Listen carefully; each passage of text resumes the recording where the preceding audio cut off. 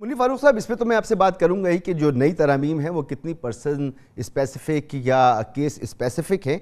ये बताइए कि इन नई तरमीम के आने के बाद, सामने आने के बाद, इस इदारे की इफादियत और इसके मौसर होने पर आपको अब कोई तशवीश है? ये पहले जितना मौसर और इफादियत वाला इदारा रहेगा या इसके का असर, इसकी इफादियत कम हो गई है? बहुत शुक्रिया आपका।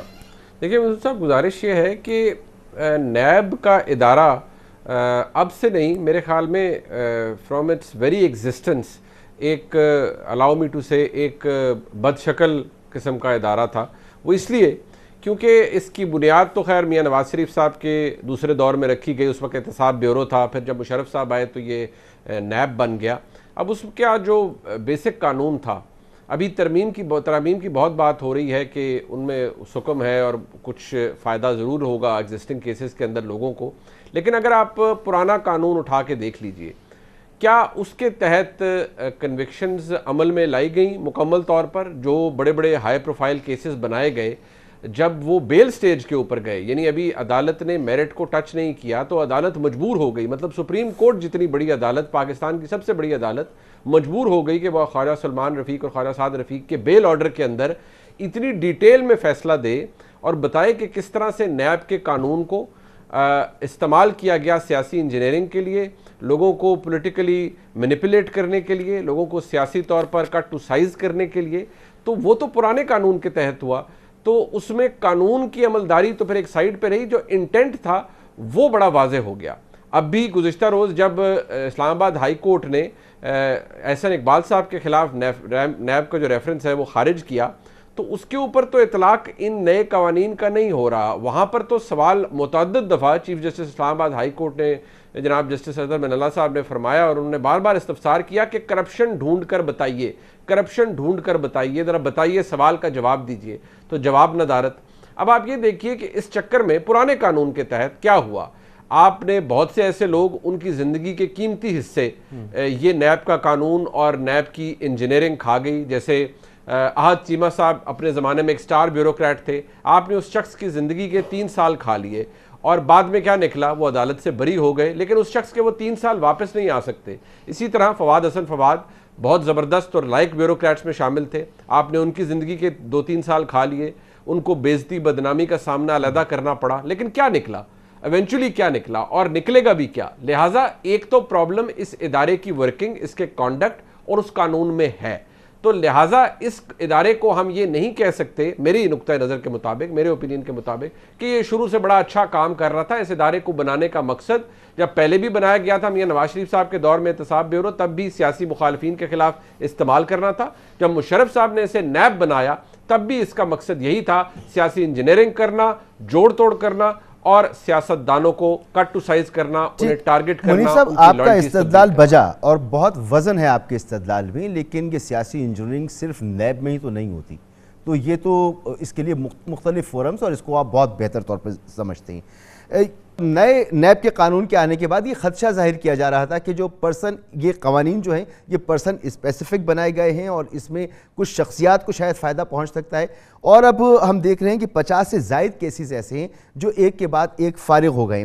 तो ऐसा लग रहा है कि जैसे नैब अब एक गैर मौसर इदारा हो गया है इन नई तरमीम के बाद।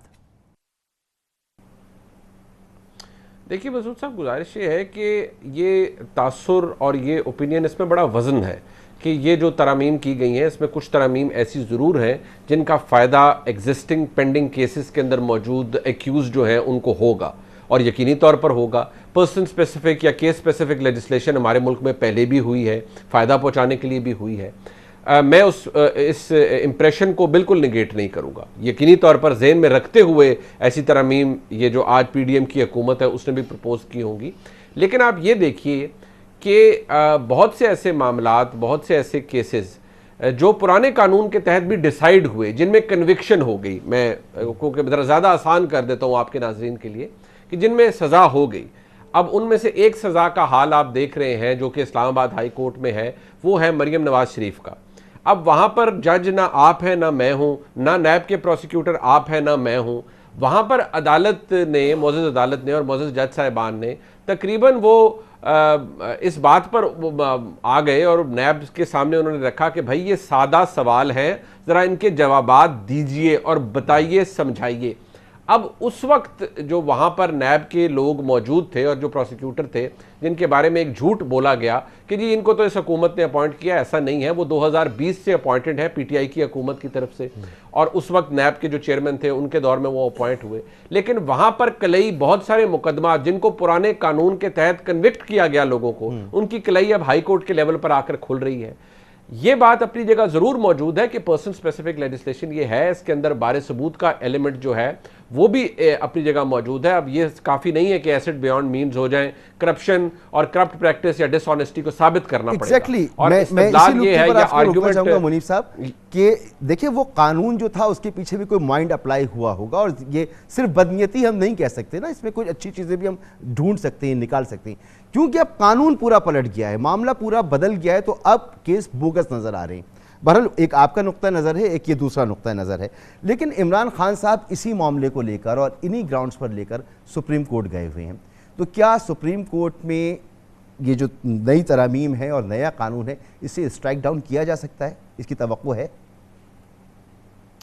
अगर ख्वाजा हारिस साहब ये साबित करने में कामयाब हो जाते हैं कि ये पर्सन स्पेसिफिक है और बहुत से लोगों को इसका फ़ायदा होगा, तो अदालत इसको बिल्कुल स्ट्राइक डाउन कर सकती है। और अगर इसे स्ट्राइक डाउन किया जाएगा तो इनवेरिएबली जो पुराना कानून है वो अमल में आ जाएगा, वो वहाँ पर मौजूद होगा। इसलिए मैं नहीं समझता कि फौरी तौर पर नैब भी रश करेगा कि फौरी तौर पर रेफरेंसेस को ही फारिग कर दिया जाए। अभी जो लास्ट मैंने भी चेक किया और आपकी रिपोर्ट में भी था कि अभी तो एग्जीक्यूटिव बोर्ड का इजलास होना है। अगर नैब इन रेफरेंसेस को कैंसिल करता है, खारिज करता है या ख़त्म भी करता है, तो नैब के पास भी कोई आज की तारीख में कोई वाज़ेह वजाहत मौजूद होनी चाहिए कि किस किस आइन की, किस किस कानून की शिक के तहत किस किस मामले को उन्होंने किस बेसिस के ऊपर ख़त्म किया है या विड्रॉ किया है।